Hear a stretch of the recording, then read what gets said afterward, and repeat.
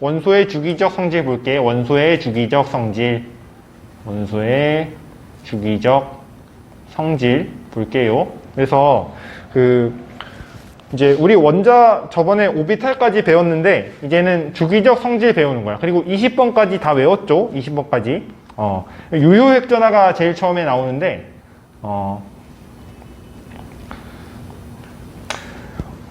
예를 들어서 우리 계속 나트륨 가지고 예를 들었는데 원자번호 11번 나트륨의 예를 한번 또 들어볼게. 원자번호 11번 나트륨의 핵전화가 몇이지?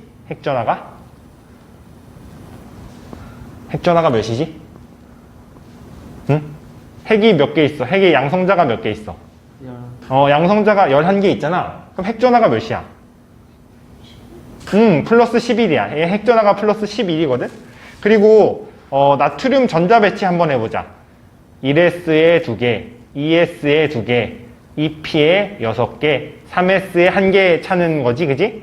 그리고 보호 모형이 지금 다전자 원자에는 보호 모형이 안 맞는다 그랬지, 그지? 보호 모형이 안 맞는다 했잖아. 수소 원자에만 보호 모형이 맞는다. 그런 한계 때문에 이제 오비탈 모형이 나온 건데 얘는 그러니까 보호 모형 안 맞아, 그지? 안 맞지만 이런 모형은 그냥 보호 모형에서 가져와 가지고 한번 그려볼 수 있을 것 같거든. 그래서 얘는 핵전화가 플러스 11이고 첫 번째 껍질에 전자가 2개 들어있어요. 그지? 첫 번째 껍질에 전자가 2개 들어있고 두 번째 껍질에 전자 몇 개 들어있어? 아니 2개 아니지. 8개 들어있지. 두 번째 껍질에 전자 8개 들어있고 세 번째 껍질에 전자 몇 개 들어있지? 1개 들어있는 이런 구조잖아. 그지? 이런 구조예요. 근데 지금 이 개념 이름이 지금 지금 배우는 게 유효핵전화잖아. 지금 누구한테 인터뷰를 해볼 거냐면 이 친구 제일 바깥쪽 전자한테 한번 물어볼 거야. 뭐라고 물어볼 거냐면 야 바깥쪽 전자야 너 지금 핵전화가 몇이라고 느끼니? 이렇게 한번 물어봤다고 생각해 볼게.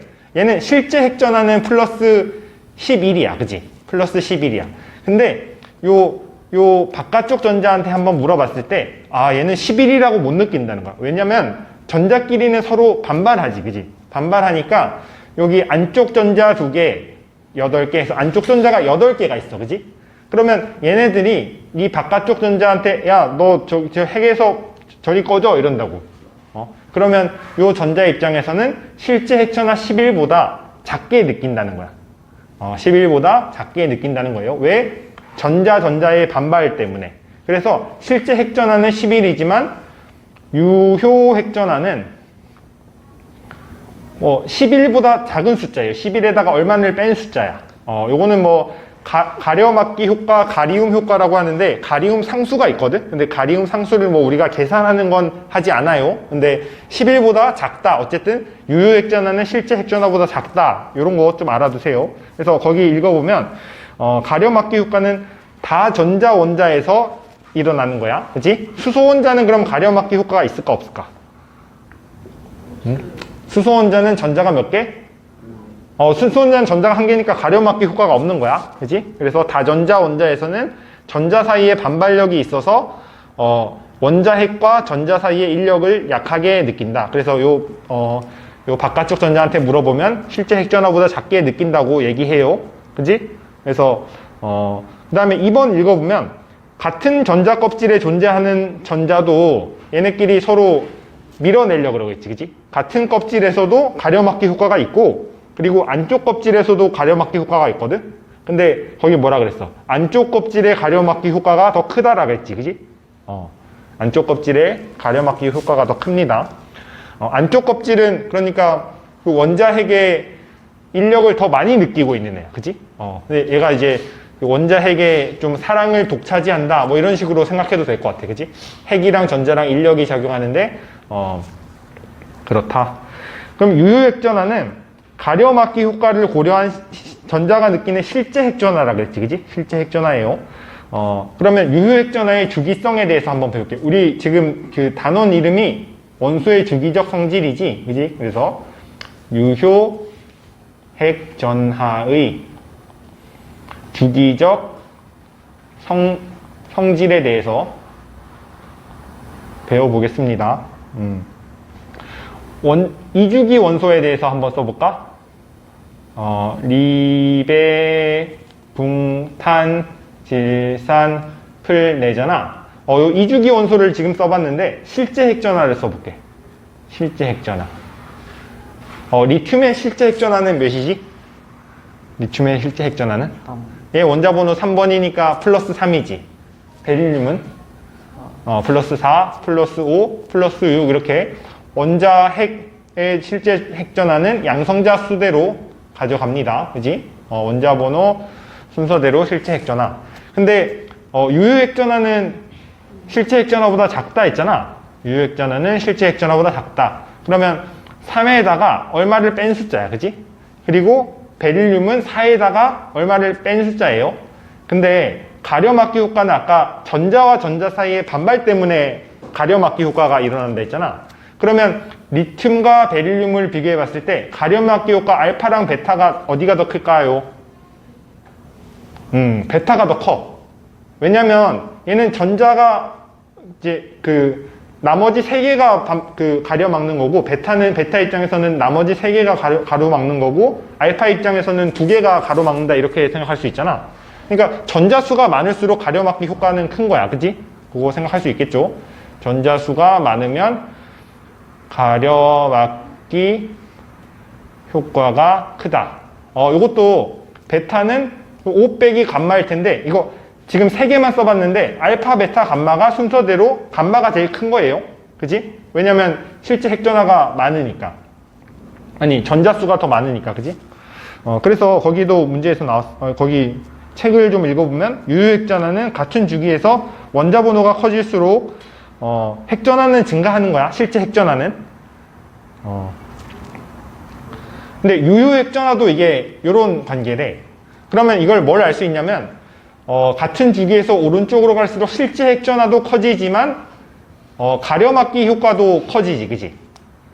가려막기 효과도 커지고 실제 핵전화도 지금 커지는 상황이잖아. 근데 이 둘 중에 요 실제 핵전화가 더 커지는 효과 1번, 가려막기 효과가 커지는 효과 2번, 뭐가 더 클까요? 어떤 효과가 더 클까? 실제 핵전화는 플러스 1씩 증가하지. 그지? 하나씩 증가하는데 유효핵전화는 물론 알파랑 베타랑 감마라고 놓은 값이 커지긴 하지만 1보다는 적게 증가하거든. 그래서 요 1번 효과, 2번 효과 중에 1번 효과가 더 크다는 거예요. 실제 우리가 관찰을 해보니까 실제 핵전화가 증가하는 효과가 가려막기 효과가 증가하는 효과보다 크다. 알겠죠? 그래서 요건 같은 주기에서는 그냥 원자 번호 커지면 유효 핵전화가 커지는 거야. 그지? 그리고 같은 족에서는 원자 번호가 커질수록 유효 핵전화가 커진다고 했는데 이거 같은 족에서 한번 비교해 볼게. 같은 족이면 리나까 했지. 리나까. 까나리라고 해도 되고 리나까라고 해도 되고, 얘는 리튬은 원자 번호 3번이잖아. 나트륨은 원자 번호 11번이고 칼륨은 원자 번호 19번이거든. 그러면 실제 핵전화는 플러스 3이지. 얘는 플러스 11이지. 그리고 플러스 19인데 요거는 원자과 전자한테 한번 또 물어보는 거예요. 원자과 전자가 느끼는 유효 핵전화를 물어보면 왠지 칼륨이 제일 클 것 같지. 그치? 칼륨이 더 큰 게 맞아요. 실제 핵전화가 크면 유효 핵전화가 더 크다.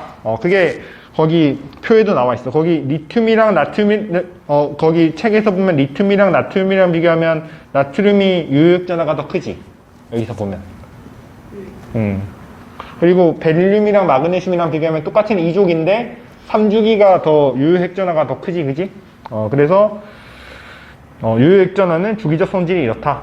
근데 여기서 이제 예외가 없어요. 그래서 유효 핵전화는 우리 오늘 주기적 성질에서 유효 핵전화, 그 다음에 원자 반지름, 이온 반지름, 이온화 에너지 이렇게 볼 건데 이온화 에너지는 예외가 있거든. 근데 유효 핵전화는 지금 같은 주기 같은 족에서 예외가 없이 주기적 성질을 갖는다 이렇게 보면 돼. 그 다음에 이제 유효 핵전화를 받고 원자 반지름을 볼게요. 원자 반지름. 원자 반지름은 어떻게 측정하냐 라고 하면 핵과 핵 사이의 거리의 절반으로 나타낸다 이렇게 얘기합니다. 알겠지? 원자 반지름은 핵과 핵 사이의 거리의 절반이다. 근데 이거 사실 우리가 오비탈 모형을 배웠는데 이거 사실은 이렇게 경계가 완벽하게 있다고 안 했지. 그때 문제 풀었었는데 오비탈 모형에서 이 오비탈의 바깥쪽에 전자가 존재할 확률이 0이다 라고 하면 틀렸다고 하는 보기 하나 풀어봤어. 그지? 오비탈의 경계면 바깥쪽에 전자가 존재할 확률이 0이다 라고 하면 틀렸다 그랬지? 0은 아니고 0에 가깝게 이제 극한값이 수렴한다 라고 했잖아. 그렇지만 지금 원자 반지름을 얘기할 때는 그냥 이 모형을 가지고 하는 거예요. 이거 가상의 경계면을 생각해서 하는 거야. 근데 그렇게 하니까 이제 그 원자 반지름을 정의할 때 핵과 핵 사이의 거리의 절반을 원자 반지름이다 이렇게 정의한 거예요. 알겠지? 원자 반지름의 지금 단원 이름이 주기적 성질이니까 원자 반지름의 주기적 성질을 한번 보면 같은 주기에서 한번 볼게. 리베 붕탄질산풀레인데 오른쪽으로 갈수록 유효핵전화가 크잖아. 그치? 그래서 원자 반지름은 같은 주기에서 오른쪽으로 갈수록 작아집니다. 그죠? 이유는 오른쪽으로 갈수록 유효핵전화가 크니까. 그치? 실제 핵전화가 증가하는 효과 때문에 유효핵전화가 오른쪽으로 갈수록 크잖아. 그러면 이 원자과 전자 입장에서는 핵의 전하를 크게 느끼니까 더 안쪽으로 끌려 들어간다 이렇게 생각할 수 있겠지. 그지? 그리고 얘는 껍질수는 똑같으니까 전자 껍질수는 같으니까 유효핵전화의 영향만 생각하면 된다 이렇게 생각할 수도 있을 것 같아. 그지? 그리고 같은 족에서는 이제 껍질수가 증가하는 거잖아. 그치? 같은 족에서는 껍질수가 증가하니까 원자 번호가 증가하면 원자 반지름이 커지는 거예요. 알겠지? 그래서 그 이유도 좀 알아두면 돼. 거기 책에도 다 나와 있지. 같은 족에서 원자 번호가 커질수록 원자 반지름이 커지는 이유는 껍질수가 증가하기 때문이다. 이제 이온 반지름 할 건데 그때 우리 내용에서 배웠는데 금속은 양이온이 되려고 한다 그랬어? 음이온이 되려고 한다고 했어? 응? 금속은 양이온이 되려고 하지. 전자를 잃고 양이온이 되려고 하고 비금속은 전자를 얻고 음이온이 되려고 한다 했잖아. 그치? 왜? 비활성 기체의 전자 배치를 갖는 게 안정해서 그렇다고 했어요. 그러면 여기도 뭐 나트륨과 CL의 예를 들었는데 그거 책으로 한번 보자. 책으로 나트륨 원자는 전자를 잃고 양이온이 되는데 얘는 그러면 원자 반지름과 이온 반지름 비교하면 원자 반지름이 더 큰 거지. 그치? 전자 하나 잃으니까 껍질이 감소한 걸로 생각할 수 있잖아. 그래서 양이온은 금속 원소는 양이온이 되면서 이온 반지름이 원자 반지름보다 작아지는 거예요. 그치? 전자를 잃고 양이온이 되니까. 근데 비금속 원자는 전자를 얻어서 음이온이 되잖아. 그치? 전자를 얻어서 음이온이 되니까 얘는 이온 반지름이 더 커지는 거예요. 그치? 이거 이해할 수 있지? 그치? 이온 반지름이 더 커진다. 그리고 여기서도 뭐 이온 반지름의 주기성인데 같은 주기에서 이온 반지름이 어떻게 되는지 한번 볼게. 그래서 리튬 플러스 그 다음에 베릴륨 2 플러스를 비교해 볼게. 그러면 얘는 이제 리튬 플러스와 베릴륨 2 플러스는 둘 다 헬륨의 전자 배치야. 그치? 헬륨의 전자 배치를 가져요. 1s에 2개 차는 전자 구조지. 그치? 1s에 전자 2개 찬다. 리튬이면 1s에 2개, 2s에 하나 찾는데 그 하나 잃어버렸잖아. 그리고 베릴륨은 2s에 2개 찾는데 그거 또 하나 잃어버렸지. 그치? 2개 잃어버렸지. 그래서 전자 배치는 같아요. 근데 뭐가 달라? 핵전화가 다르지. 핵전화. 유효 핵전화도 다르고 핵전화도 달라요. 핵전화가 누가 더 커? 베릴륨이 더 크지? 그러면 이온 반지름은 리튬이 더 큰 거예요. 이온 반지름은. 핵전화가 크면 이온 반지름이 줄어들잖아. 그치? 그래서 같은 주기에서 이온 반지름의 주기성은 원자 번호가 커질수록 이온 반지름이 작아지는 거야. 그치? 요거 책에 나온 것도 한번 보고 좀 이해를 해보세요. 같은 족에서는 원자 번호가 커질수록 이온 반지는 커지지. 왜? 껍질수 늘어나니까, 그지? 전자 껍질수 늘어나니까. 그래서 리튬, 나트륨, 양이온의 반지름 비교해봐도 주기가 크면 반지름이 크다. 이렇게 알 수 있어요. 그 다음에 이제 여기까지는 아마 이해하기 쉬울 텐데 이온화 에너지 볼 거야. 이온화 에너지. 이온화 에너지. 이온화 에너지 정의부터 시작할게. 정의. 얘는 기체 상태의 원자 1몰에서 전자 1몰을 떼어내는 데 필요한 최소한의 에너지라고 했지, 그지? 기체 상태의 원자 1몰에서 어떤 에너지를 줘서 이 전자를 하나 떼어냈을 때 이때 필요한 에너지를 이온화 에너지라고 한다고 했어요. 그지? 근데 왜 기체 상태에서 정의했을까? 를 한번 생각해 볼게. 왜 기체 상태에서 정의했을까? 왜 고체나 액체에서 정의하지 않고 기체 상태에서 정의했는지를 생각해 보면 고체나 액체는 원자와 원자 사이의 거리가 가까워 멀어? 원자와 원자 사이 거리가 가깝지, 그지? 그러면 얘가 원자가 막 이렇게 여러 개 가까이 붙어 있단 말이야, 그치? 가까이 붙어 있으면 이거 뭐 핵과 핵 사이의 이제 반발력, 그리고 전자와 전자 사이의 인력, 전자와 전자 사이의 반발력, 그리고 핵과 전자 사이의 인력, 뭐 이런 걸 다 고려해야 되지.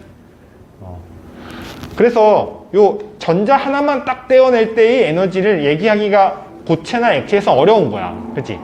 고체나 액체에서는 전자 하나를 떼어내는데 필요한 에너지를 얘기하기가 되게 어려운 거야. 왜냐면 이게 원자 사이에 상호작용이 있잖아. 그치? 원자 사이에 상호작용이 있어서 막 여러 가지 따져야 될 게 많아요. 근데 기체는 원자 사이의 거리가 멀잖아. 그럼 기체는 그냥 이 핵에서 이 원자에서 전자 하나를 떼어내는데 필요한 에너지를 정의하기가 쉬워, 그지? 기체는 서로 멀리 떨어져 있으니까. 그래서 기체 상태로 정의하는 거예요. 그래서 역시나 이온화 에너지의 주기성에 대해서 배울 건데, 일단 그 예외가 있지만 좀 전체적인 주기성을 한번 보면, 대체적인 주기성을 보면 이온화 에너지의 주기성은 같은 주기에서 한번 살펴볼게. 같은 주기에서는 오른쪽으로 갈수록 유효핵전하가 더 크잖아, 그지? 유효핵전하가 오른쪽으로 갈수록 커요. 그러면 그 제일 바깥쪽 전자를 떼어내는데 필요한 에너지도 많이 필요하겠지, 그지? 제일 바깥쪽 에너지를 떼어내는데 필요한 요 에너지 있지? 이게 오른쪽으로 갈수록 많이 필요한 거야, 그지? 그래서 대체적으로 경향성은 뭐 이런 식으로 경향성을 띠거든. 근데 얘는 중요한 게 예외가 있어요. 예외가 있는데 요거 외울 때 369이라고 외우면 되거든. 우리 369 게임 혹시 알아? 369 게임? 369 해가지고 하는 거 알지? 그래서 36에서 예외가 있다. 무슨 말이냐? 2족에서 13족으로 갈 때 예외가 하나 있어요. 그 다음에 15족에서 16족으로 갈 때 예외가 하나 있어. 이렇게 좀 외워두면 돼. 36에서 예외가 발생한다. 이 예외가 왜 발생하는지 한번 얘기해 볼게. 그래서 베릴륨과 중소의 전자 배치를 한번 해보고, 그 다음에 질소와 산소의 전자 배치를 한번 해볼게. 우리 앞에서 배운 오비탈의 전자 배치를 해볼 건데, 베릴륨의 전자 배치는 1s에 2개. 요거 그 정사각형에다가 써볼게. 베릴륨은 원자 번호 3번이잖아, 그지? 4번이잖아. 그래서 1s에 2개 다 차고 2s에 2개 찬 이런 애지, 그지? 붕소는 1s에 2개 다 차고 2s에 2개 차고 2p에 하나 차는 전자 구조잖아, 그지? 그러면 이온화 에너지를 정의할 때 제일 바깥쪽 전자를 떼어내는 데 필요한 에너지라고 했잖아, 그지? 근데 우리 ES의 에너지 준위와 EP 오비탈이 더 불안정하다고 얘기했죠. 그래서 요게 EP 오비탈의 에너지 순위가 더 높거든? 에너지 순위가 더 높다는 거는 불안정하다는 말이에요. 불안정하니까 이제 불안정한 것 떼는 건 좀 더 쉬운 거야. 그지? 그래서 이온화 에너지가 원래 일반적인 경향성은 오른쪽으로 할수록 커야 되지만 베릴륨 붕소에서 2족에서 13족 갈 때는 이렇게 이온화 에너지가 역전이 일어난다 이거야. 그지? 왜냐면 EP의 에너지 순위가 더 높으니까. 그렇게 설명합니다. ES보다 EP의 에너지 순위가 더 높다. 질소는 원자번호 7번이잖아. 그지? 원자번호 7번이고 산소는 원자번호 8번인데 이것도 전자 배치를 한번 해보면 질소는 1s 2개, 2s 2개, EP에 3개에 들어가는 애잖아. 그치? 그리고 산소의 전자 배치를 해보면 이렇게 되죠. 그죠? 그러면 이온화 에너지를 또 얘기해 볼 건데 이온화 에너지를 얘기할 때는 제일 바깥쪽에서 떼는 걸 얘기하잖아. 그치? 제일 바깥쪽에서 뗄 때 산소는 그러면 제일 불안정한 것부터 먼저 떼야 되는데 여기서 떼야 되지. 왜냐면 요 EP 오비탈에 전자가 2개 차면 이거 짝지음 전자 반발력이 있잖아. 물론 스핀 양자수는 다르게 들어갔지만 그래도 이거는 전자 사이에 반발이 존재하기 때문에 여기 짝지음 전자부터 먼저 떼거든. 그러면 얘는 스핀 양자수는 뭐 다르게 들어왔지만 한 오비탈에 전자가 2개 들어있으면 불안정하니까 얘가 더 떼기가 쉬운 거야. 질소보다 산소가. 그래서 2족에서 13족 갈 때, 그 다음에 15족에서 16족 갈 때 이온화 에너지 예외가 발생한다. 이렇게 보면 돼. 알았지? 근데 외울 때 그래서 369 게임처럼 36으로 외우면 됩니다. 알겠죠? 그러면 넘어가서 순차 이온화 에너지인데, 순차 이온화 에너지. 전자 두 번째로 떼고 세 번째로 떼고 그런 거 얘기하는 거거든. 순차 이온화 에너지는 기체 상태의 원자에서 전자를 1몰씩 차례로 떼어낼 때 각 단계에서 필요한 에너지다. 그래서 2차 이온화 에너지는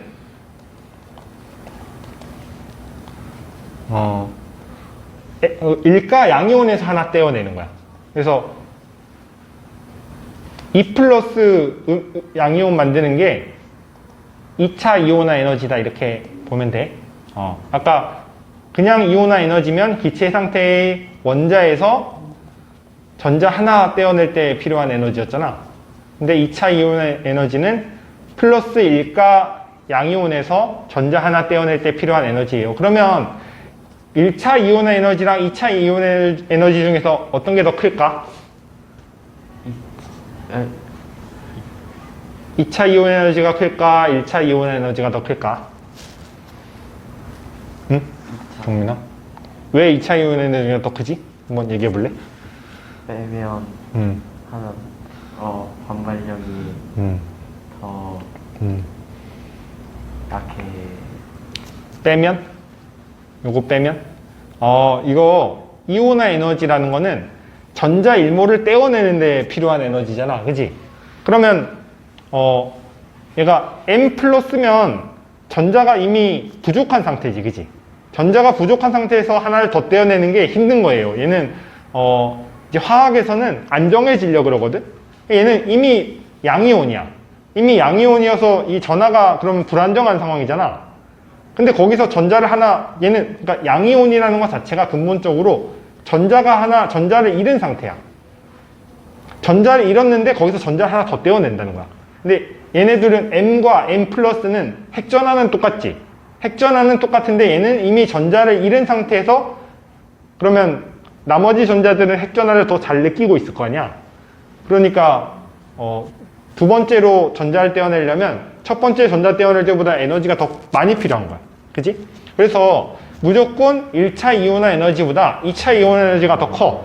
그지? 그리고 2차 이온 에너지는 3차 이온화 에너지는 2 플러스에서 전자 하나를 또 떼어낼 때는 또 3차 이온화 에너지가 되겠지. 그지? 그래서 N차 이온 에너지는 N 플러스 만드는 거다. 이렇게 생각하면 돼. 알겠죠? 그래서 3차 이온 에너지는 또 2차 이온 에너지보다 더 큰 거야. 알겠지? 근데 여기서 이제 얘가 급격하게 증가하는 지점이 나타난다. 이거 나트륨과 마그네슘의 예를 한번 좀 들어볼게. 나트륨은 핵전하가 플러스 11이고 첫 번째 껍질에 전자가 2개 들어가 있지. 그리고 두 번째 껍질에 전자가 8개 차지. 그리고 마지막 세 번째 껍질에 전자가 1개 차는 애잖아. 근데 마그네슘은 뭐 거의 비슷하게 생겼지만 세 번째 껍질에 전자가 3개 차는 전자가 2개 차는 애잖아. 그지? 마그네슘은. 그러면 나트륨의 1차 이온화 에너지는 여기 세 번째 껍질에서 뗄 때 필요한 에너지지. 근데 나트륨의 2차 이온화 에너지는 여기 안쪽 껍질에서 전자를 뗄 때 필요한 에너지잖아. 그러면 무조건 1차 이온화 에너지보다 2차 에너지가 더 큰데 껍질이 바뀔 때는 급격하게 증가하는 현상이 일어난다 라는 거예요. 무조건 1차 이온화 에너지보다 2차 에너지가 더 커. 근데 급격하게 증가가 한번 일어난다. 언제? 껍질이 바뀔 때. 껍질이 바뀔 때. 그럼 마그네슘을 한번 볼게. 마그네슘의 1차 이온화 에너지는 요거 세 번째 껍질에서 전자 1개 뗄 때 필요한 에너지잖아. 근데 2차 이온화 에너지는 물론 더 크긴 커. 크지만 그래도 껍질이 바뀌진 않았지. 그지? 근데 요 안쪽 껍질에서 전자 뗄 때 그러면 이때가 3차 이온화 에너지가 되는 건데 3차 이온화 에너지는 갑자기 급격하게 증가한다는 거예요. 그지? 그래서 요거 좀 알아두자. 그래서 N차 이온화 에너지에서 N 플러스 1차 이온화 에너지가 될 때 이게 갑자기 급격하게 될 때를 봐서 요런 현상이 일어난다. 이런 원자과 전자수를 알 수 있다 이거야. 갑자기 이온화 에너지가 순차 이온화 에너지가 급격하게 증가하는 지점을 봤을 때 원자과 전자수를 알 수 있다는 거야. 원자과 전자수가 N개였구나. 그지? 2차 이온화 에너지가 갑자기 증가하면 원자과 전자가 1개였구나. 3차 이온화 에너지가 갑자기 증가하면 원자과 전자가 2개였구나. 이렇게 알 수 있다는 거야. 알았지? 그러면 요거 급격한 증가라는 게 그러면 말이 급격한 증가지 뭐 몇 배 증가하는 거냐라고 물어볼 수 있잖아. 그지? 그거 궁금할 수 있지. 요거 4배 이상 증가하면 그렇다라는 거 알아야 돼. 거기다 좀 써놓을까? 4배 이상. 그러니까 3배는 아니야. 3배는 그냥 급격한 증가라고 못해. 거기다가 하나 적어 놓으세요. 4배 이상, 순차 이온화 에너지가 4배 이상 증가할 때 급격한 증가라 그래.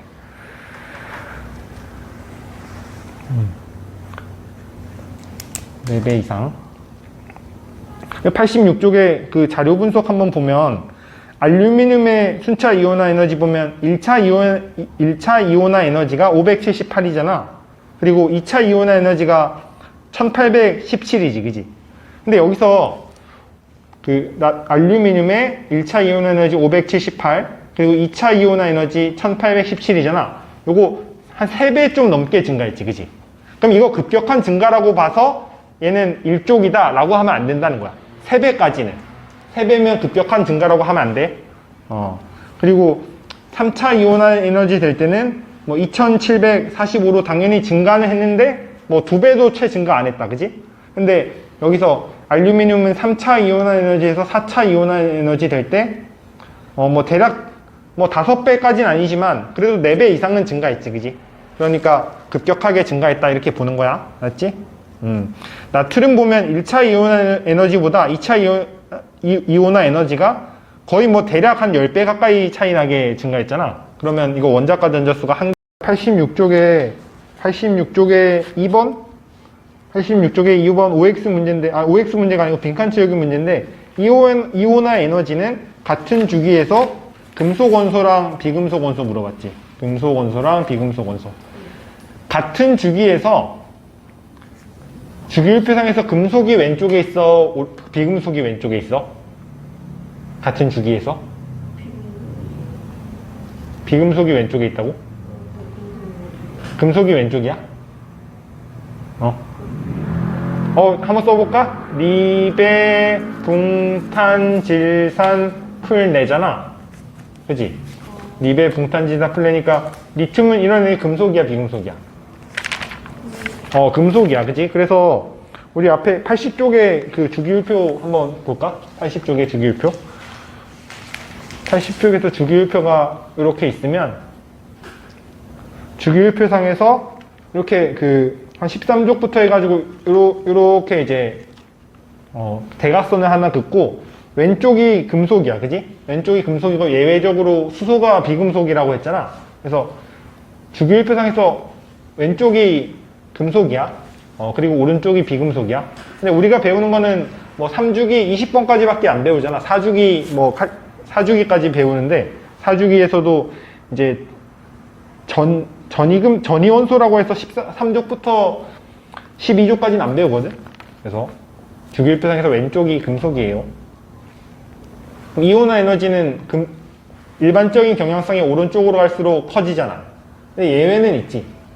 예외는 13족으로 갈 때, 그 다음에 16족으로 갈 때 예외는 있지만 일반적으로 오른쪽으로 갈수록 커진다. 그러면 비금속 원소가 이온화 에너지가 더 큰 거 맞지? 그치? 금속보다. 87쪽에 2번 보면 그 그림은 원자 반지름 아니면 이온 반지름을 각각 나타낸 거다 했는데 매치 시켜야 돼, 매치. 근데 요거 안 했지만 얘를 등전자 반지름 관계라고 해요. 요거 하나 좀 써놓을까? 등전자 반지름. 그래서 산소, 플루오린, 그 다음에 나트륨, 마그네슘 이런 애들 있지. 이런 애들은 산소나 플루오린이나 나트륨이나 마그네슘 이런 애들은 이온이 될 때 네온의 전자 배치를 갖거든. 10번 네온의 전자 배치를 가져요. 그래서 산소는 O2-가 돼. 그지? 플루오린은 F-가 돼. 그리고 뭐 네온은 이제 비활성 기체니까 이온화가 안 되는 애죠. 그리고 나트륨은 전자 하나 잃고 Na+가 돼. 그지? 그리고 마그네슘은 전자 두 개를 잃고 마그네슘 2+가 돼. 그지? 그리고 이렇게 되면 얘는 전자수가 똑같지. 전자수가 네온의 전자 배치로 가져서 네온의 전자 배치로 같은 전자 배치를 가져요. 그치? 전자가 모두 10개씩 있는 애들이잖아. 전자수 10개, 10개, 10개, 10개 이런 애들이에요. 이런 애들을 전자수가 같아서 등전자라고 하는데 이때는 그럼 핵전화밖에 다른 점이 없잖아. 핵전화는 뭐 플러스 8, 플러스 9, 플러스 11, 플러스 12 이렇게 되지. 그러면 이온 반지름은 그냥 이 등전자 이온 관계에서는 원자 번호가 클수록 이온 반지름이 작은 거야. 그치? 왜냐면 원자 번호가 클수록 핵전화는 큰데 지금 뭐가 같냐면 전자수가 똑같은 거죠. 네온의 전자 배치를 가져서. 그치? 그래서 얘는 이온 반지름은 등전자 반지름 관계에서 원자 번호가 크면 이온 반지름은 작아지는 거예요. 요거는 주기가 바뀌고 뭐 그런 걸 상관없어. 그지? 주기가 바뀌어도 얘가 지금 뭐, 산소나 플루오린보다 나트륨이나 마그네슘이 이제 주기가 더 큰 주기잖아.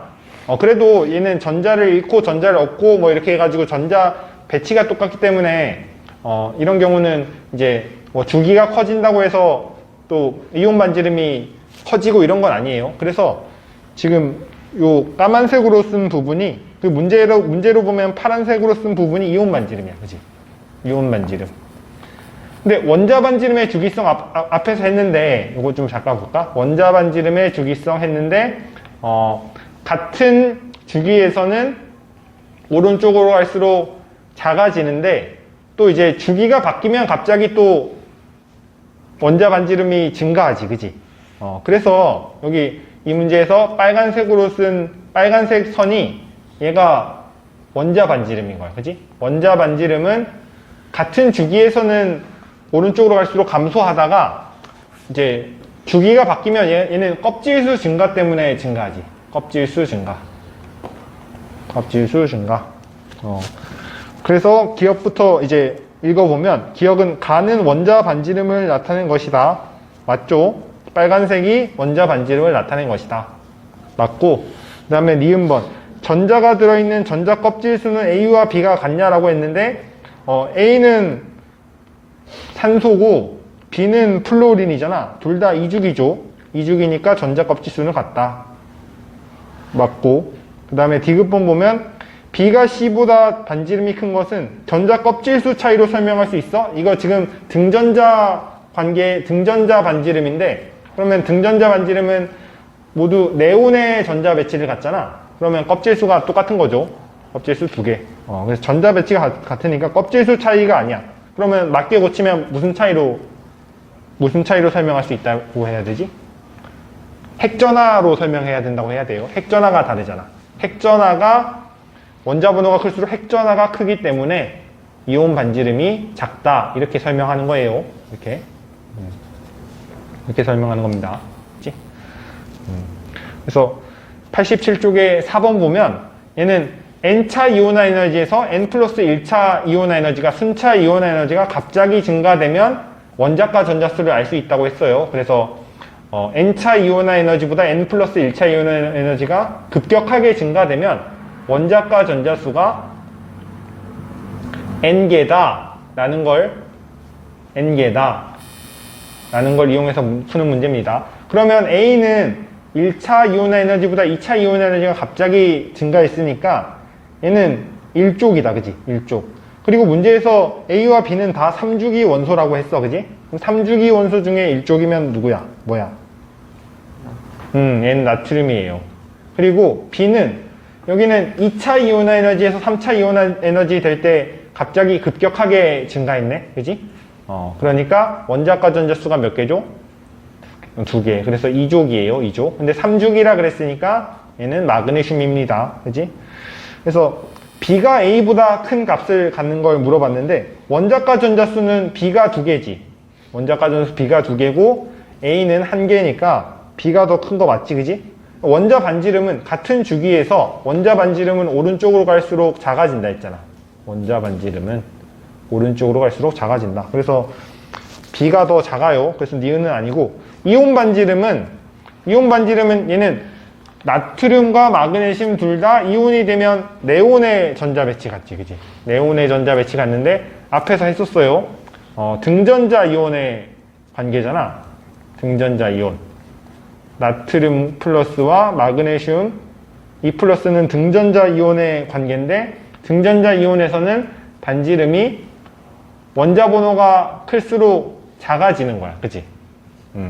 88페이지 6번에 보면 표는 A에서 D 원자과 전자가 느끼는 유효핵전하를 알려줬고 그리고 원자 반지름분의 이온 반지름을 알려줬는데 요거 이온 반지름 원자 반지름분의 이온 반지름이잖아.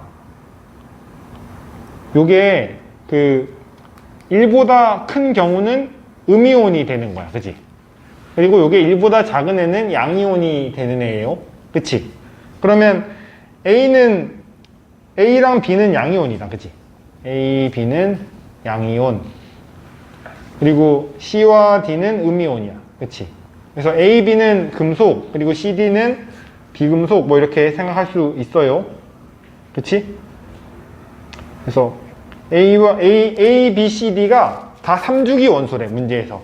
A, B, C, D가 다 3주기 원소라고 했는데 A, B는 양이온이고 C, D는 음이온이라 했으니까 이제 A, B는 주기율표상에서 왼쪽에 있고 C, D는 주기율표상에서 오른쪽에 있고 그 다음에 유효핵전하는 예외 없이 오른쪽으로 갈수록 커지잖아. 그치? 유효핵전하는 오른쪽으로 예외 없이 오른쪽으로 갈수록 커지니까 이렇게 뭐 주기율표상에서 배치가 돼 있다 이런 걸 먼저 알 수 있지. 그치? A, B, C, D 순서로 배치가 돼 있다. 그래서 C와 D는 지금 그 3주기 원소니까 네온이 있고 아르곤이 있을 텐데 헬륨이 1주기고 C와 D는 음이온이 될 때 전자 얻어서 아르곤의 전자 배치를 갖지. 그지? 그리고 A와 B는 네온의 전자 배치를 갖는 거예요. 네온의 전자 배치. 전자를 잃고 네온의 전자 배치가 된다. C와 D는 전자를 얻어서 아르곤의 전자 배치를 갖는다. 아르곤의 배치를 갖는다. 이렇게 알아두면 돼. 그래서 기억번이 틀렸지, 그지? 기억번이 A와 C의 이온의 전자 배치는 다른 거야. 그리고 지금 뭐라고 해서 틀린 거야? 기억, 니은, 디귿 중에? 못 풀었어요. 못 풀었어? 그래서 이렇게, 요거, 이온 반지름분의, 아니, 이거 잘못 썼네? 원자 반지름분의 이온 반지름인데, 그지? 원자 반지름분의 이온 반지름을 알려줬잖아. 근데 이게 1보다 크다라는 거는 이온 반지름이 더 크다라는 거니까 음이온이고, 그리고 이게 1보다 작다라는 건 이온 반지름이 더 작아진다는 얘기니까 양이온이고, 이렇게 판단하면 돼. 그러면 기억은 아니라는 거 알겠고, 그치? 그리고 니은은 원자 반지름은 같은 주기에서 오른쪽으로 갈수록 작아지잖아. 그치? 그러면 C가 더 크지 D는 더 작고, 그래서 니은도 맞고, 이온화 에너지는 D랑 B랑 비교했는데, 이거는 물론 뭐 이온화 에너지가 예외는 있어. 2족에서 13족으로 갈 때가 예외고, 그리고 15족에서 16족으로 갈 때가 예외는 분명히 있는데, 지금 B랑 D는 예외일 수가 없죠. 왜 예외일 수가 없냐면 얘가 한 칸 차이일 수는 없는 거야. 그치? C가 무조건 B보다 지금 주기율표상에서 B와 D 사이에 C는 있잖아. 그치? 그래서 적어도 원자번호 1번 차이일 수는 없는 거야. 1번 차이일 때 혹시 예외가 있을 수는 있는데 지금 B와 D 사이에는 무조건 C가 있다는 걸 알 수 있어요. 그 유효액전화를 알려줬잖아. 그치? 유효액전화를 알려줬으니까 그 주기율표상에서 상대적인 위치를 A, B, C, D 순서로 있다. 그러면 D가 무조건 이온화 에너지가 더 큰 거 맞아. 그래서 답이 D급까지 맞아서 5번입니다. 알겠지? 8번 갈게, 8번. 88페이지 8번. 여기 보면 원소 A, B, C, D의 원자 반지름의 상대값을 나타낸 것이다. 각각 O, F, Na 마그네슘이다. O, F, 그 다음에 나트륨, 마그네슘은 주기가 바뀌지. 그래서 산소와 플루오린은 몇 주기? 2주기고, 그리고 나트륨과 마그네슘은 3주기지, 그치?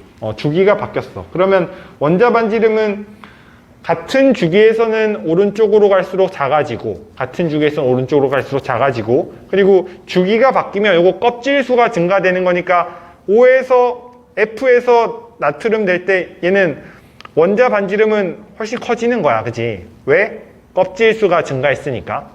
그치? 껍질 수 증가 때문에. 그러면 A, B, C, D를 좀 매칭을 시켜보면 이제 더 작은 두 개가 A, B 중에 하나예요. A, B 중에 하나인데 이제 F가 더 원자 반지름이 작잖아. 그래서 F가 B다. 그치? F가 B다. 그리고 산소가 A예요. 그치? 아니지. B가 더 크다라고 했잖아. B가 원자 반지름이 더 크다라고 했으니까 산소가 지금 둘 중에는 원자 반지름이 더 크죠. 그래서 산소가 B야. 그리고 플루오린이 A야. 그치? 그리고 C와 D 중에서 이제 원자 반지름을 비교하면 나트륨이 더 크잖아. 그래서 A, B, C, D 중에서 원자 반지름이 제일 큰 게 D예요. 그리고 이제 3등이 마그네슘입니다. 그래서 기억번 D는 마그네슘이냐 라고 했는데 아니지. D는 나트륨이지. 그래서 아니에요. 그 다음에 홀전자 수는 이거 바닥 상태에서 홀전자 수 얘기했는데 이거 혹시 이거 우리 중학생들이어서 외우라고 안 했는데 홀전자 수 좀 외우면 좋거든. 홀전자 수 1족부터 2족 뭐 이렇게 13족 순서대로 한번 적어 볼게. 얘 1족은 홀전자 몇 개지? ES에 한 개 뭐 이런 식으로 채운다고 생각하면 얘는 한 개지. 1족은 홀전자 한 개고 2족은 ES에 두 개 채우는 애잖아. 그치? 그럼 홀전자 없지. 그 다음에 13족으로 바로 가는데 이제 13족은 ES에 두 개 채우고 EP 한 개 채우잖아. 그럼 홀전자는 S오비탈에는 없고 홀전자 이렇게 P오비탈에 하나 있어서 하나가 되죠. 그리고 14족에는 두 개. 그래서 15족에는 세 개. 16족에는 근데 두 개로 바뀌지. 왜냐면 이게 스핀 양자수 다르게 해서 한 오비탈에 전자가 두 개 차는 라인이잖아. 그래서 17번에 17쪽에 한 개, 그리고 18쪽에 이때도 또 0개가 돼요. 그래서 요 홀전자 수 이거 좀 외울 수 있으면은 외워보세요. 이거 고등학생이면 무조건 외우라고 하는데 너네 좀 선행하니까 뭐 이렇게 너무 암기식으로 안 하려고 해서 얘기했는데 홀전자 수 10, 123, 210 이거 하나 외우세요. 그 다음에 그 원자가 들어있는 오비탈 수도 뭐 외울 수 있으면 외우라 그랬지, 그지?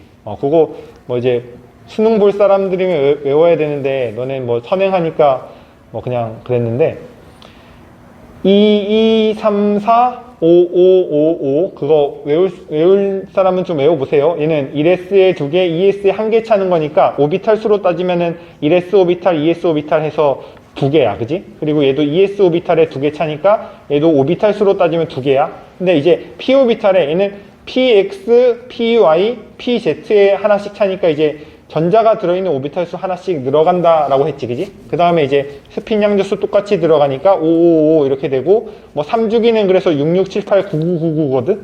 그거 이렇게 알아두세요. 근데 지금 홀 전자수 나왔으니까 이렇게 정리한 거야. 10, 123, 210 이렇게. 그래서 홀 전자수는 A와 D가 같냐라고 했는데, A는 플루오린이고, 플루오린이면 17쪽이니까 A는 홀 전자수 1개지, 그지? A는 1개고, D는 나트륨이니까 D도 1개지. 그래서 1개, 1개 해서 맞아. 근데 이거 뭐 이런 식으로 정리 안 해놨으면 전자 배치 해가지고 홀 전자수 세면 돼. 그지? 그래서 넘어갑니다. 그 다음 9번, 12번 풀어볼 건데 9번,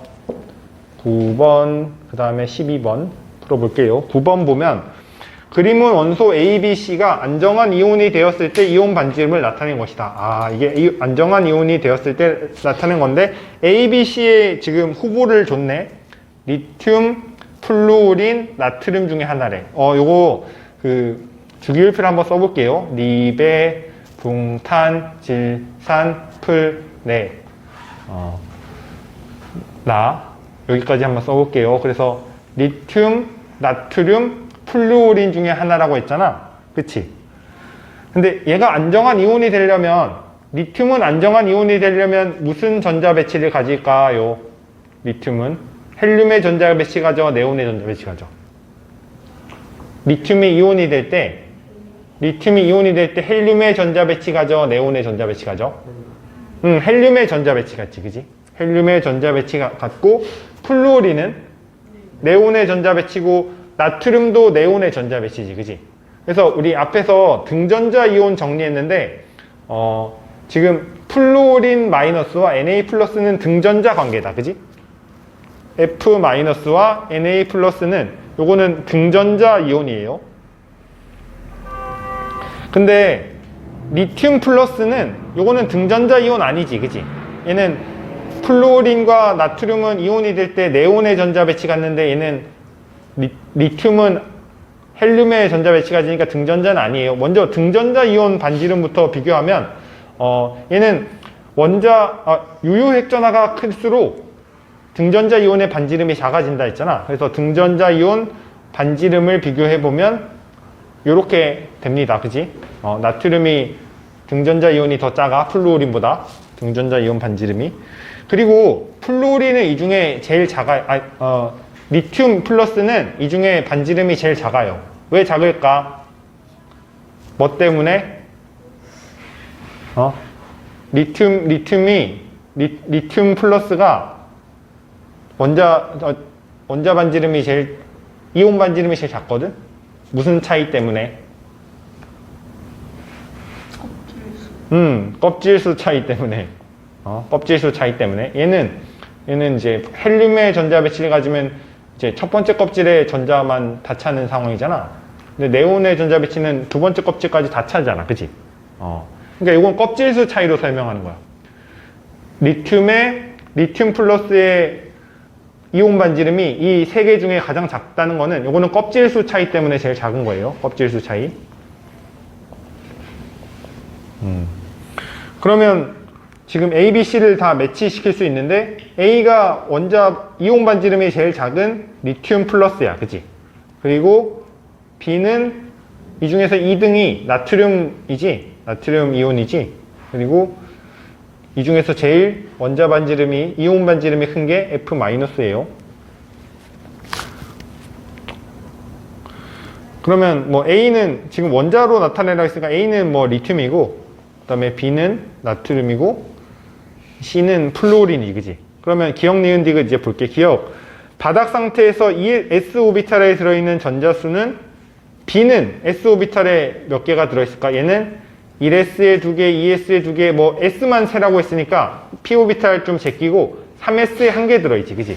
뭐 이 P는 이 P는 물론 6개 들어있겠지만 P 오비탈을 안 물어봤으니까 얘기 안 하면 이렇게 되고, 플루리는 근데 1S에 2개, 2S에 2개고 이 P에 얘는 5개 찾는데 이 P는 사실 물어보지 않았으니까 중요하지 않고, 어쨌든 S 오비탈에 전자가 4개 차는 애잖아, 그치? 지금 A랑 비교했네. A는 근데 얘는 3개 차지. 왜냐면 1S에 2개, 2S에 1개 차니까 S 오비탈의 전자가 3개 차는 거예요. 그래서 2배 아니지, 그지? 2배 아니다. 3개, 5개니까 2배 아니지. 그리고 니은번 보면 원자 반지름은 B가 C보다 크냐라고 했는데, 원자 반지름 여기서 했지. 나트륨이 더 작아요. 그래서 B가 C보다 큰 거 맞고, 그 다음에 원자가 전자가 느끼는 유효핵전하는 C랑 A랑 비교하라 그랬는데, C랑 A랑 비교하면 이제 F랑 리튬이랑 비교한 거잖아. 플루오린이랑 리튬이랑 비교한 건데, 이건 같은 주기네, 그지? 같은 주기. 같은 주기에서 유효핵전하는 오른쪽으로 갈수록 크다라고 했잖아, 그지?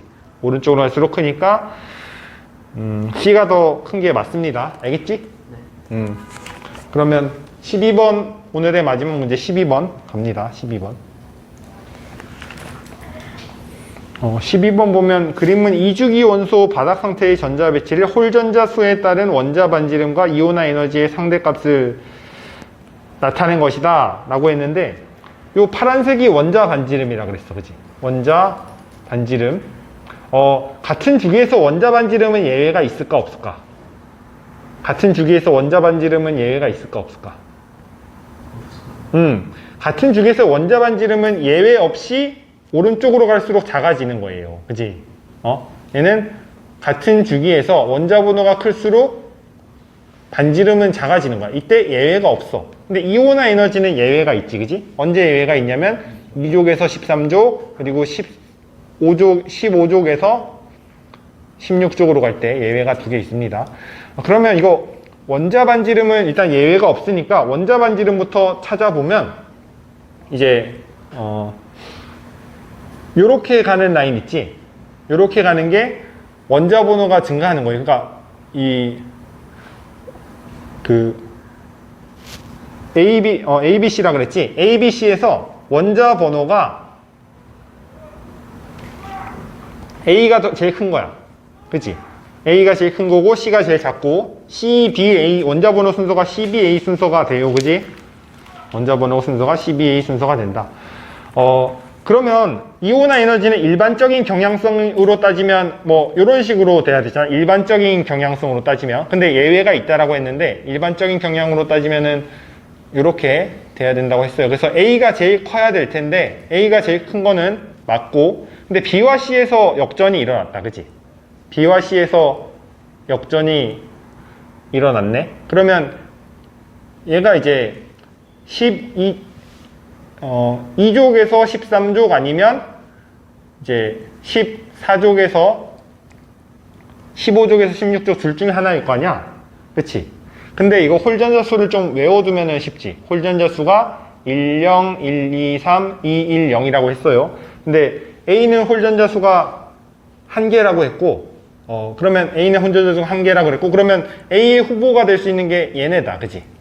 A의 후보가 될 수 있는 게 얘네고, B는 홀전자 수가 2개라고 했어요. 그리고 C는 홀전자 수가 3개라고 했잖아. 그러면 C가 무조건 확정이다, 그치? C가 홀전자 수가 3개인 건 하나밖에 없으니까 C가 확정 나는 거예요. C가 질소지, 그치? C가 질소. 그러면 C가 질소라고 확정됐으니까 15족이지, 그치? 15족.